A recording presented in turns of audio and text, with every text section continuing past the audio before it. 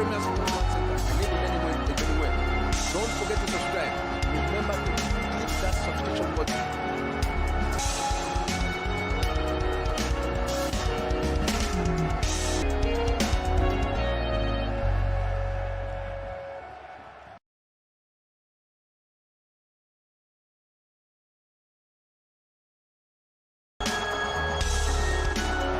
Premier Sports Center.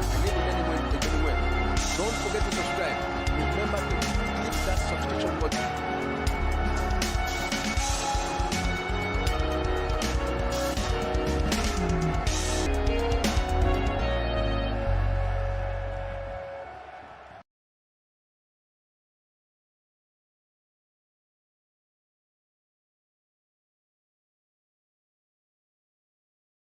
Oh, another goal for Super Eagle. This is Premier Sports Center. Anywhere, anywhere. Don't forget to subscribe. Remember to hit that subscription button.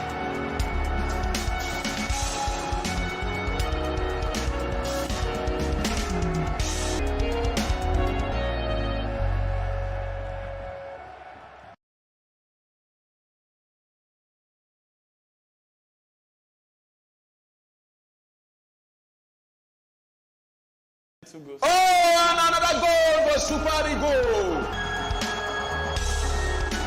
This is Premier Sports Center. Anywhere, anywhere. Don't forget to subscribe. Remember to hit that subscription button.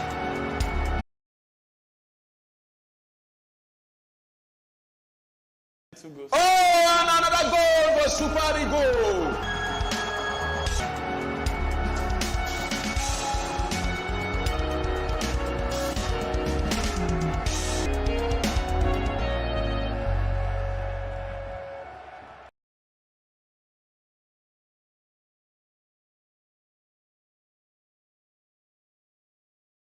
Oh, another goal for Super Eagle.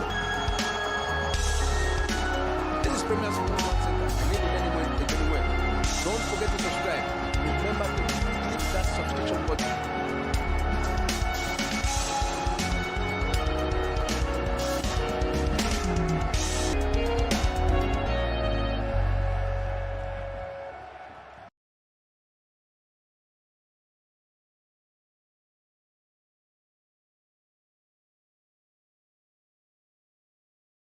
Oh, another goal for Super Eagle. This is Premier Sports Center. Anywhere, anywhere. Don't forget to subscribe. Remember to hit that subscription button.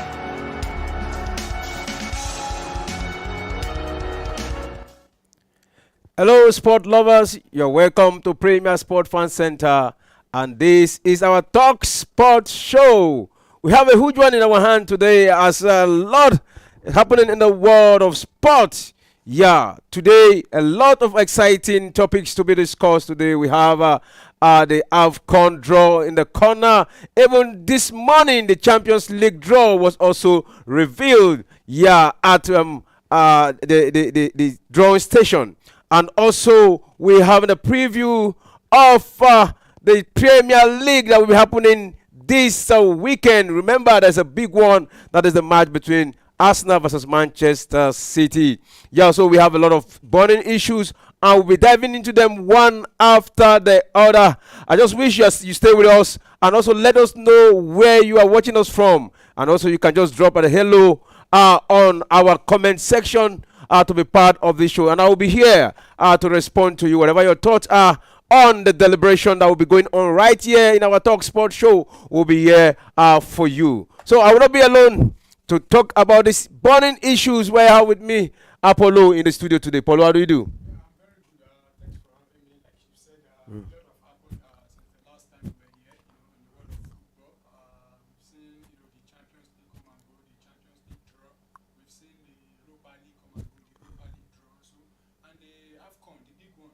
When you talk about the biggest competition in the continent of Africa, we've seen the draw, and we are all looking forward to those exciting matches. All right, like Paulo said, I think we'll be diving into that issue first. The AFCON draw, the final draw of the Total Energy CAF African Cup of Nations. Yeah, Morocco 2025 was concluded, and it starts the ceremony at the Mohammed V National Theatre in Rabat, Morocco on Monday, 27th of January. Giving the 24 qualified teams their path to the trophy. And we saw a lot. The teams were drawn into 6 groups, each containing 4 sides ahead of the 21 December 2025 to 18 January. This is the first time the African Cup of Nations will be falling during the Christmas and the New Year celebration. From 21 December to 18th of January. So we'll be celebrating Christmas, celebrating New Year, and we'll be watching the African Cup of Nations tournament that will be spread across 6 host cities and 9 stadia in Morocco as African best chase the continent most converted trophy. So we quickly look at some of the draws where we see host nation Morocco was drawn in Group A. They will take on Mali, Zambia, Comoros, and what looked like a hotly contested pool. Well, that is not the only hot group there, where we have other group here. The 7 times African winner Egypt, will be facing the trial of South African teams in Group B. Where we have South Africa, Angola, and Zimbabwe. Wow. In Group C, Nigeria will log on with Tunisia, Uganda, and Tanzania. So, and then we're having the champion Senegal go against Democratic Republic of Congo, Benin, Botswana. That is in Group D. Algeria, winners of the 2019. 2019 will take on Burkina Faso, Equatorial Guinea, Sudan, and interestingly, that is in Group A. So, Paulo, we've seen that group. It was drawn, and it was beautifully drawn. So, what was your take on that draw so far? To be honest, I think almost all the teams have gotten at least a favorable draw for each other themselves. Looking at those draws, you see that there are some big names mixed with the minors. So there are not really minors in football, but at least we know that some groups are a bit lightweight for some others. But talking about the group, the group we will be focusing attention mostly on is the group containing Nigeria. We're looking at Nigeria, like you said earlier on, Nigeria, Tunisia, Uganda, and Tanzania. On a normal day, these are 3 points. Each match for Nigeria getting 9 points, maximum 9 points. And talking about the draw, so you see some tough groups like that Group B and Group F. It's a bit tough because you see the likes of Egypt, South Africa, Angola, and Zimbabwe. Knowing well that Egypt is a powerhouse and South Africa also. Then Angola, they at times they come and they surprise. They might surprise us also. And talking about Zimbabwe, we know Zimbabwe and South Africa. The rivalry between those 2 nations, they're actually sharing the same border. So it will not be an easy one for South Africa there. Also, So, but which of this group do you think is the group of death?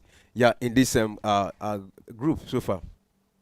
well, we'll probably go with that's the Group F. So the Group F. I'll probably go with Group F. All right.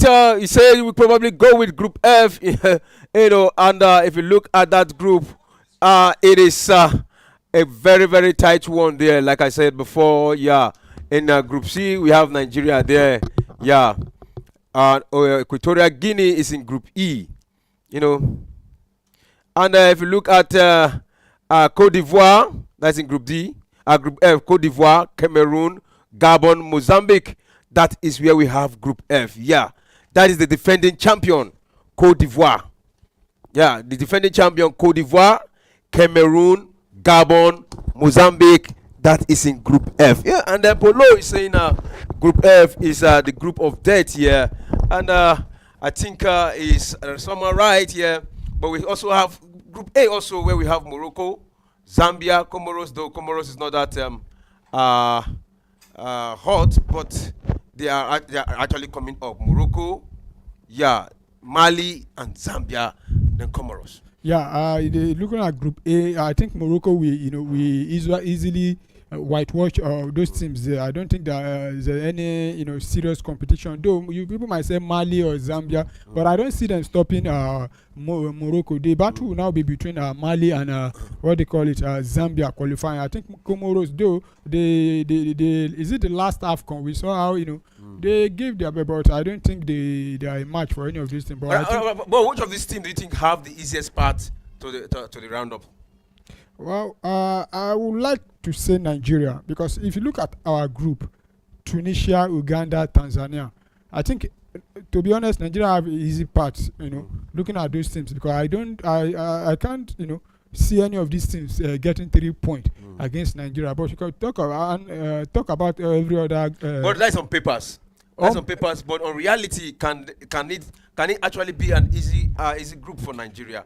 Because we've seen Nigeria struggle with small country. Those days we know Nigeria used to beat these African countries, but it's looking very difficult for Nigeria to beat African countries these days. Yeah, you are correct on that. But like you said, it's looking very difficult. But I think with the squad we have now, and having new coach, they looking at our players, the way they've been playing the last 2 seasons now across the world of football. You see that I think it is time for Nigerian football now to take the the AFCON by the honor, and drag this AFCON and probably bring the AFCON back to Nigeria here, because since the last time we won it, we've not really, apart from the last one we actually got to the final, due to some maybe 1 or 2 maybe a lack of concentration. Looking at that final, we were at a point leading in that match. If we maintain our consistency in that match, we would have probably won that match. But this 2025/2026 AFCON, I think Nigeria will have a better tournament. All right, which of this team do you think is going to be the dark horse? Yeah, predicting the dark horse. And the dark horse is a team that may spring surprise. Will surprise everybody. You don't see him coming, but at the end of the day, it will just qualify. Yeah. You mean qualify to the from the group? Yeah, to qualify from their group. Now there are a lot of teams, like looking at that. Let me take you back to that group F that I said is the group of death. I'll be tipping Mozambique. I know people will not believe we're saying Mozambique. I think Mozambique will probably qualify, because what I'm saying that is that you see Cameroon, they are not consistent. In the last 3 AFCONs now, I can't remember the last time Cameroon actually did anything meaningful. Talking about Gabon also, they are also more or less like, at times they might have, 1 or 2 good days, but Ivory Coast, we know how Ivory Coast won the last Nations Cup. First of all, they were the hosting nation, and we know how they progressed from the group. They actually drew almost practically all their match from the group stage. Is it not with 3 points? And looking at Mozambique, I know a lot of people have not been putting eye on them. I've watched some of their matches, and I think that teams they're a very good team, and I will fancy Mozambique to qualify ahead of probably Cameroon or even Ivory Coast there. All right, now talking about the date of the AFCON, starting December 21. This is the first time we'll be having such date in the AFCON. 21 of December, just 4 days to Christmas. Yeah, during the Christmas and the New Year, the AFCON will be going out. What will it be an interesting period to play the African Cup of Nations? Well, definitely it will be, because towards the festive season, you expect the stadiums to be jam-packed, because almost everybody are on break then. So it's a time for you and your families that are around for Christmas, to come together and go to the stadiums and cheer up your country. But to be honest, I would appreciate if CAF can just take a stand and decide, because we cannot continue to be moving the AFCON every now and then. You see them playing it during the sun, during the rain, even inside the heat. We need to take a stand. We know that looking at Euros, it's been played particular time of the year, and they have but when it comes to AFCON, it's very disheartening. That's why at times people say some players don't want to come and play for African. It's not that they don't want to. They also calculate. You cannot be having a good season. Because those players that will be participating now in this AFCON, probably those players playing in the English Premier League, and some major European leagues, we have to, abandon their clubs that even, pay them well. Though some people will say, your country first, but these days now we know it's about the money. It's So about the money first. Yeah, the money first for most of all these players now, because we've seen it even with the transfer window presently going, people going just for the money. So I think CAF needs to take a stand. If you are going to be having it that December, January, let us, know that that's the time, so that we will not be, after this one, I will start guessing, and when are we going to have be playing? and the next one come in May. We don't even know. So to me, though this period they actually put it's okay to me, but they need to, if you want to permanent there. If you want to be playing in January like they used to do before, play. If you want to be playing in May, June, then June, July, play it. It's not, we can't be changing. The rest of the continent will not think we are serious. All right, and thank you very much, Paulo. Right now, away from the African Cup of Nations draws that was done. Yeah, that was on the 23rd. Yeah, let's quickly fly now to the Champions League. Yeah, we've seen the first phase of the Champions League, and it was exciting to me as a sport lover. I actually enjoying every moment of the Champions League. And at last we have seen the top 8 clubs that actually made it to that position. Liverpool, Barcelona, Arsenal, Inter Milan, Atletico Madrid, Bayern Leverkusen, Lille, and Aston Villa. Yeah, to my surprise, we are having 3 English teams in the top 8. Yeah, that's Liverpool, Arsenal, and Aston Villa. Yeah, it's always like this, even with the, what they call it, the other format they've been using. You see most of those English clubs, the 4 of them, topping their group. There's still no difference so far. Barring Manchester City, they have, this season they've not been consistent. We've seen how they've been struggling. In fact, they needed to win their last match to qualify. It shows you how Manchester City have been struggling. But talking about the rest of the English teams, in the Champions League, I think they've done well for themselves. Even Aston Villa, many will not believe that Aston Villa will be ahead of teams like Real Madrid, Bayern Munich, talking about Juventus, some powerhouse, but for the English team, I think, they really know what they want, and I think they also set out to make sure they are in the top 8, which they've made. So for the English team, I think it's a welcome development for them and for the league. All right, you can hear that from Paulo. Yeah, and again we saw a draw was done this morning. Yeah, draw was done this morning, and the 16 teams that actually made it from 9 to 24. We are drawn this morning. First of all, let's look at the 15 teams where we have Club Brugge, yeah, Sporting Lisbon, Manchester City, Celtic, Juventus, Feyenoord, yeah, Brest, yeah, AS Monaco, Atlanta, Borussia Dortmund, Real Madrid, Bayern Munich, PSV Eindhoven, and AC Milan, Paris Saint-Germain, and Benfica. Out of these 16 teams, mentioned right now, which of these teams do you think is, you were disappointed with the performance that you expected them to get to the top 8?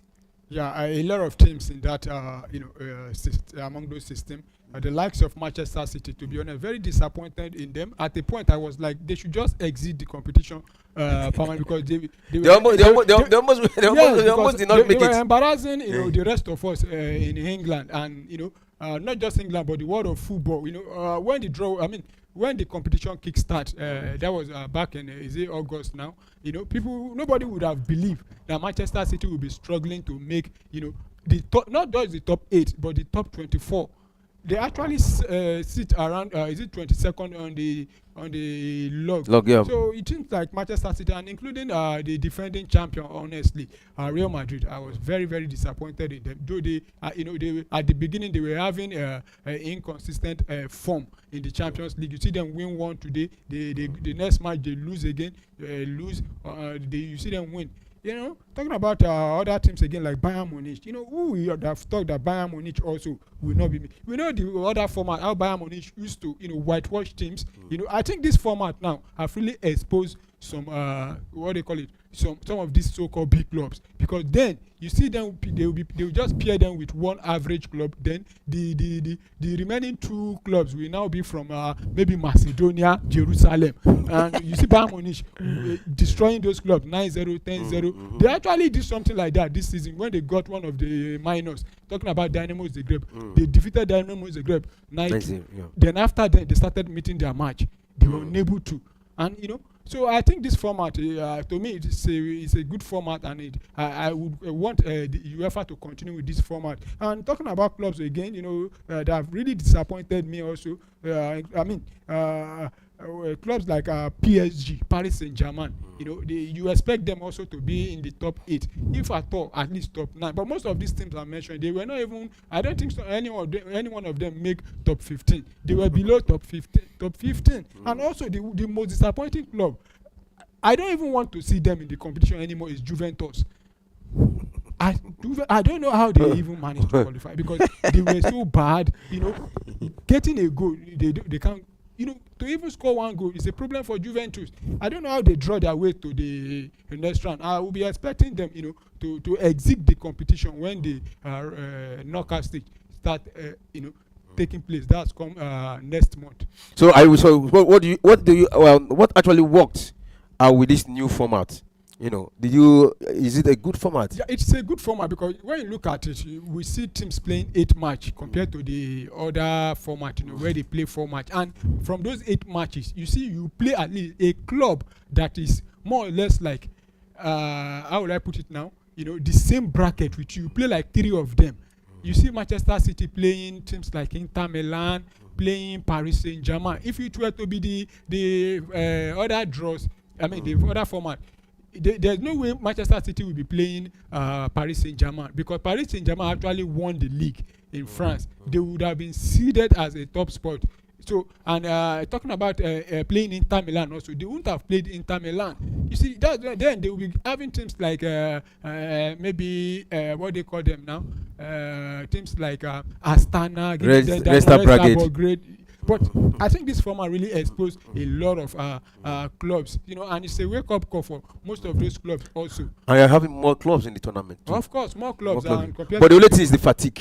Yeah, it's the fatigue, but it's everybody that's playing it. You are not the only one playing it. So it's before the draw, even before the competition started, all the old clubs in Europe are aware of the new format. So it's less to the club now to, find a way to adjust, if possible, bring on more players, have your first 11 and have your second 11, so that when injuries start coming, you bring players. Even when they are not injured, you rotate to avoid fatigue. All right, can you give me your best 4 top club in this phase of the Champions League? I think the best top 4 clubs, we go with the way they stand in the competition. Talking about Liverpool, Barcelona, Arsenal, and Inter Milan.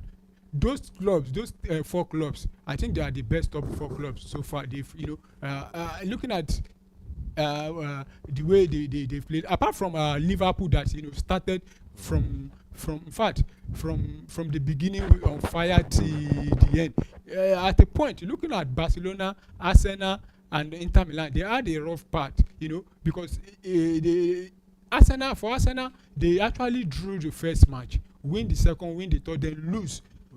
But at that point, I don't think anybody would have believed that they'll be able to make the top 8 then, or even finishing third. Looking at Inter Milan also had similar result with Arsenal. Then talking about Barcelona, there was also a time after that defeat to Lille, one of the French club actually defeated, I think it should be Lille or Monaco. It was Monaco that defeated Barcelona.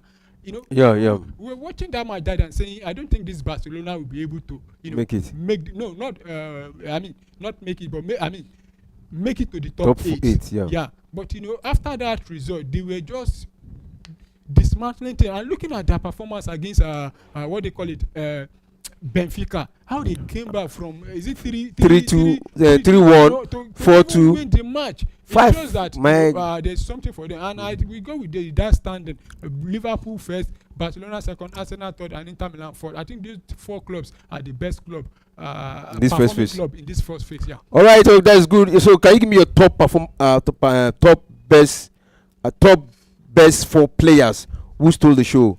In this first phase of the game. Well, it's kind of hard because there are a lot of good players. Also, even including those players playing for those clubs that are even below the top 8. Because when it comes to players now, it comes to individual performance. It's very hard, to be honest. Though I will mention some few names like probably Lamine Yamal. We saw how he has been playing for Barcelona. Without Yamal, Barcelona tends to struggle. Not forgetting the Liverpool player, what the name now, Mohamed Salah, even Cody Gakpo. A lot of people have not been giving that guy accolade, but this season I've seen a lot from the guy. He actually stepped up. I think the hype, that brought him to Liverpool. We remember what happened. He was supposed to join Manchester United that season, but Liverpool, with the likes of the Dutch players, just called him up and he joined Liverpool. So Cody Gakpo, and at a point we saw Dembele how he single-handedly, drag PSG that were also falling apart, to make sure they qualify. And as an Arsenal fan also, I would like to give kudos to some of our players also. Talking about Gabriel Magalhaes, because the guy, he has been one of the backbone for us. We saw how he has been pushing us also, and including David Raya also. All right, you can hear that from Polo. Thank you very much. And to our fans, don't forget to drop your own opinion in our comment section. You can even drop an hello, or you can just let us know where you are watching us from.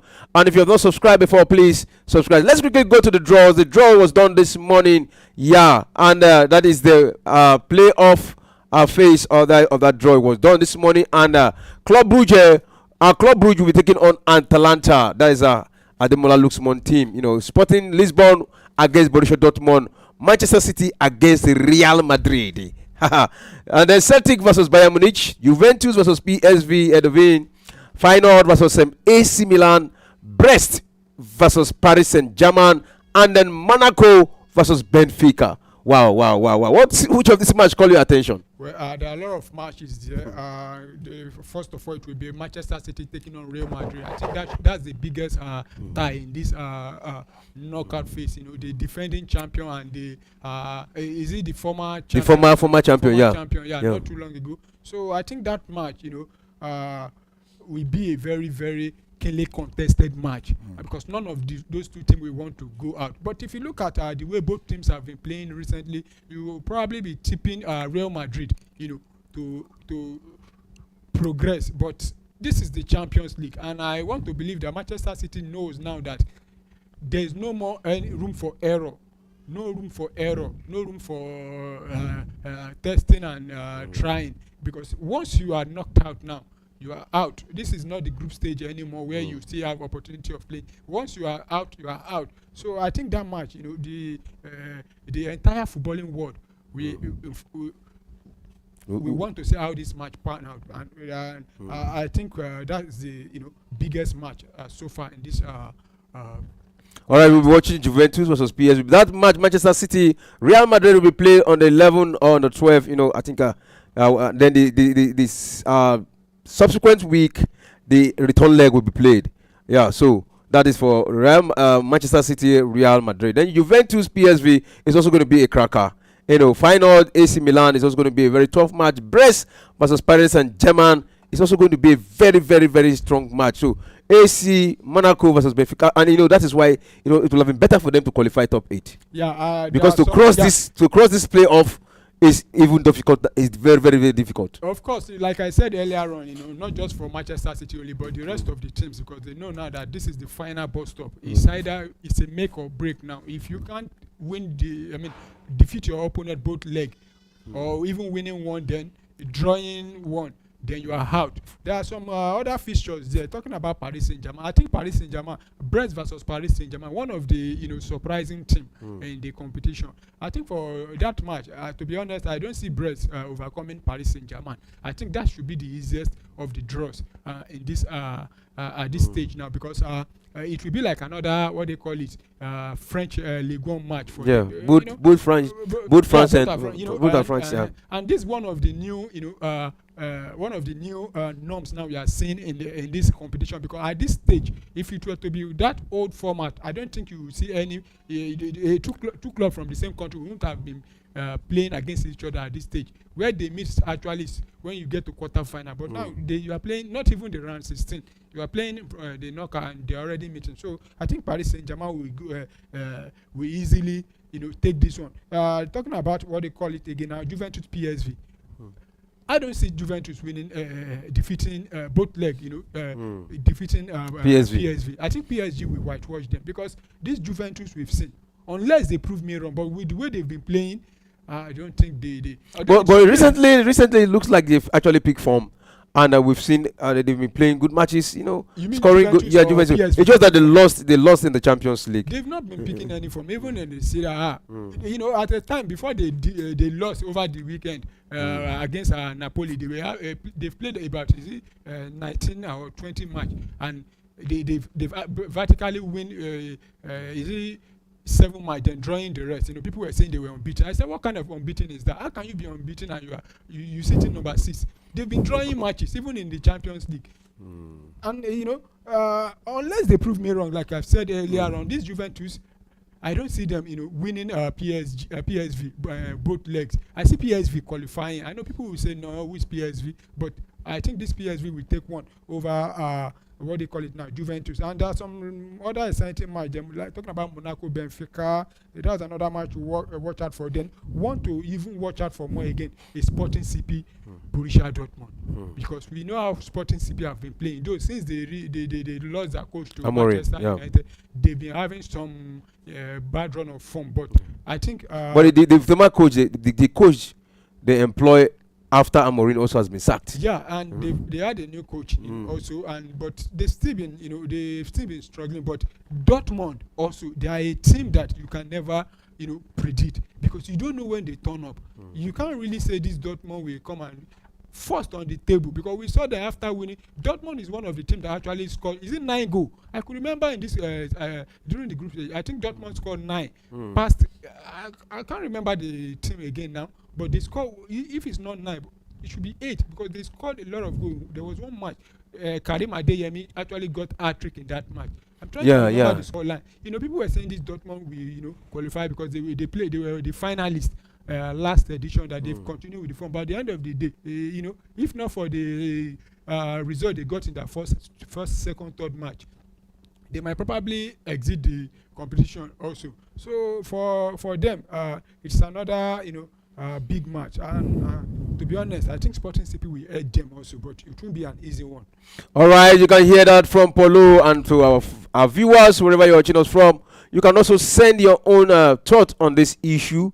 Yeah, based on the result of the draws of the Champions League. Yeah, whatever your thoughts are, which team do you think is going to make it out of that playoff group? Who is going to make it? Who is going to go to the round of 16? You can drop it in our comment section, and we'll be here to put more light to it.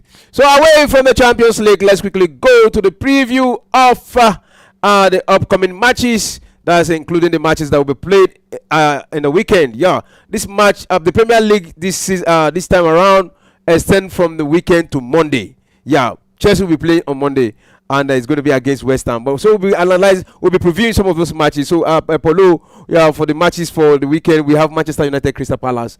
So I think this is the moment you listen to the bookies. Just listen, and you can get one or two clue from what we are going to analyze here and predict here. So Polo, who do you think is going to take the day? Manchester United versus Crystal Palace. Well, that game, like one of our analysts here talking about Yema, usually say it's a banana peel.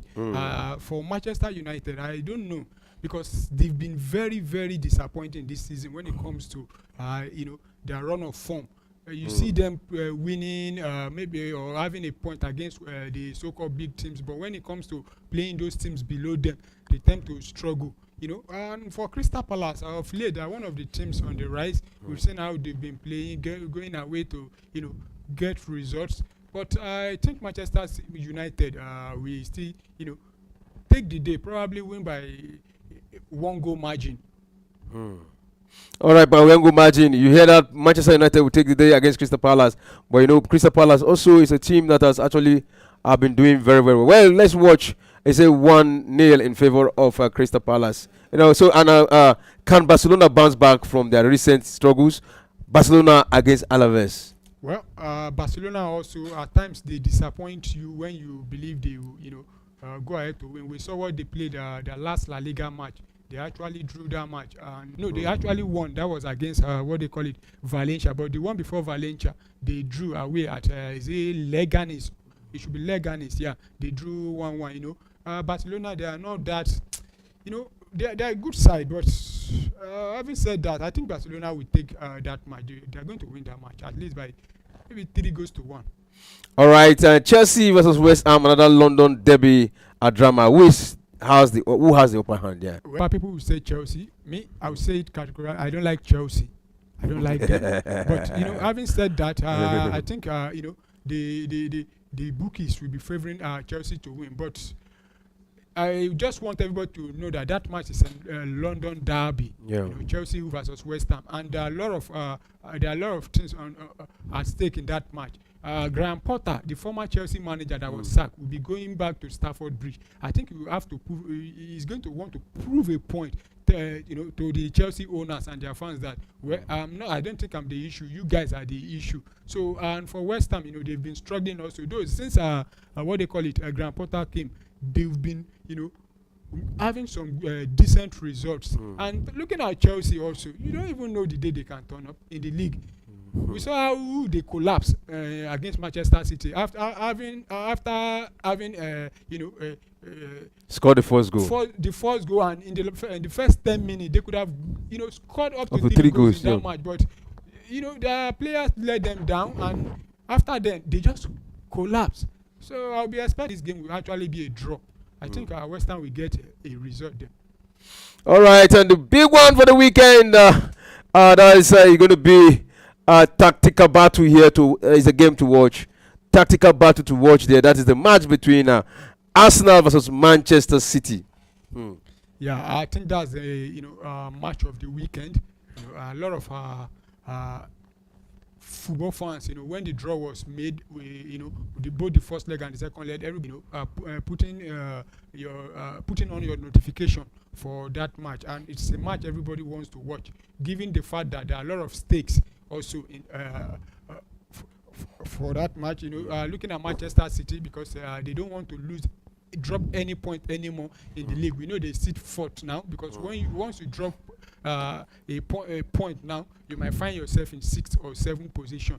And we saw how they actually defeated Chelsea. Though their performance that day, I don't think is the best of City that I've seen in the past. I think they also struggled that day due to Chelsea's also is it inconsistency also. Then for Arsenal, Arsenal also, that's my team. I think there's a lot of stake for us in that game. We're chasing Liverpool with 6 points, and practically well now that you cannot afford to drop even a single point now. So it's a match now that no team wants to lose. But I think Arsenal has all it takes to win that match. We saw what happened in the first leg. If it were not to be that red card, I think we would have probably win that match even by more than 2 goals. Because it was 2-1 before we got that red card, and you could see the morale for our team before that red card was very high. Though after the red card, the boys also they stepped up. They wanted to take that 3 point by all means, but like they say in football, anything can happen. We saw how John Stone actually got the goal in the last 9 minutes of that game. But for Arsenal, this is another opportunity to let our rivals know that we've not come to play. But Polo, when Chelsea played the first leg against Manchester City, it was a battle between Manchester City and Chelsea, and that was when Chelsea were just picking up, and most of the Chelsea fans were happy with that first game, and they were all, yeah, they were happy that they gave good account of themselves. They actually gave good account of themselves. They played very well in that first leg. And they were all saying, "I'm coming," and they were all saying, "Come the second leg, they are going to revenge."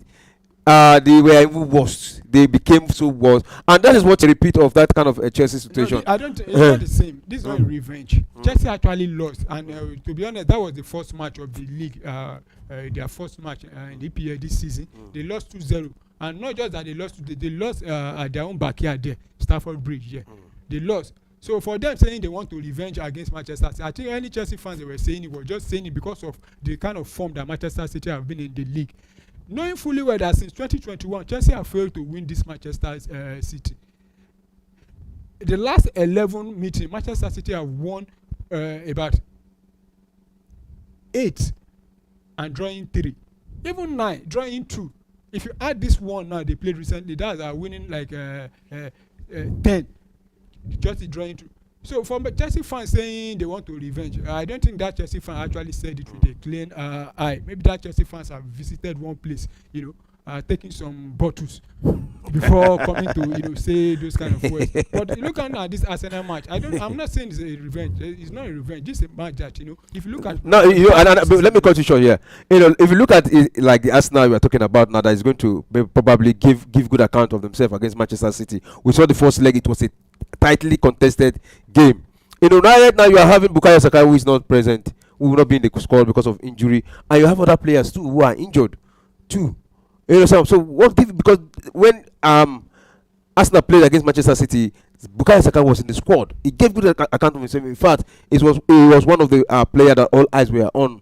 So he's absent now. So what gives you that that courage that yes, you are going to beat Manchester City? Yeah, the last time Arsenal won Manchester City in the league, Bukayo Saka was absent in that match also. If you could remember last season, we defeated Manchester City at Emirates 1-0. There was no Bukayo Saka on the field of play that day. He was out injured, and we were able to defeat them. So I don't think now will be different. Though we've had some a lot of injuries. We've also had some bad run of form. But I don't think Bukayo Saka will be an excuse for us. Though he's a player that we are going to miss. But if we can defeat this same Manchester City that were in good form, they were in good form. That was that last season, defeating them without Bukayo Saka. I don't think this Manchester City that's not reliable. You can't really predict them, and the way they've been playing, even their last match in the Champions League.